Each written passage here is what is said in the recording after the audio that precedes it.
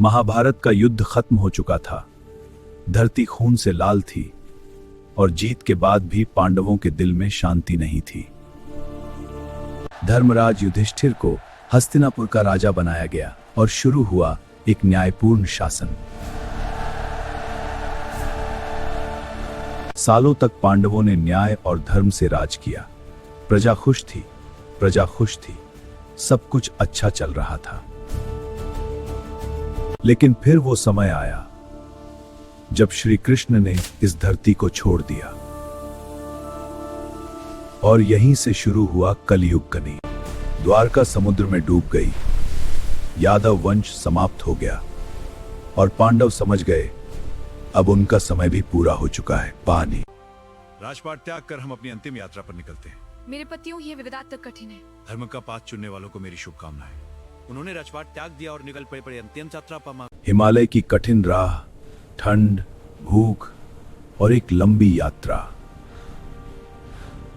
जहां हर कदम एक परीक्षा था। सबसे पहले द्रौपदी गिरी क्योंकि उनके मन में पक्षपात था।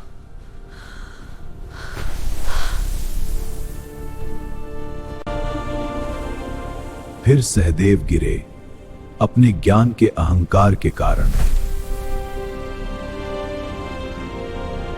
नकुल गिरे अपनी सुंदरता के अभिमान की वजह से।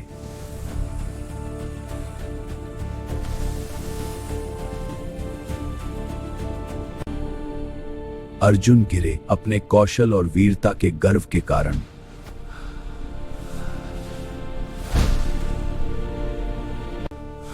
भीम भी गिर पड़े अपने बल और अहंकार के कारण।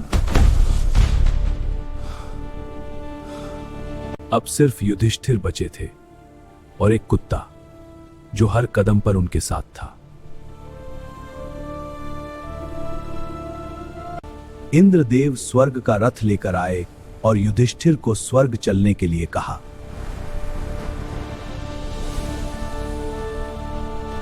लेकिन युधिष्ठिर ने कहा, मैं अपने साथी को छोड़कर नहीं जाऊंगा।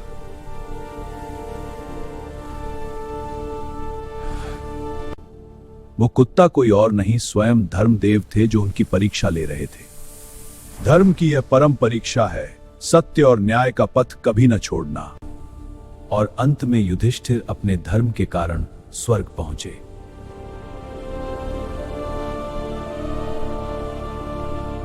इस कहानी से हमें सीख मिलती है कि अहंकार का अंत निश्चित है और धर्म ही सच्चा मार्ग है। युधिष्ठिर, तेरा ज्ञान ही धर्म का प्रकाश है।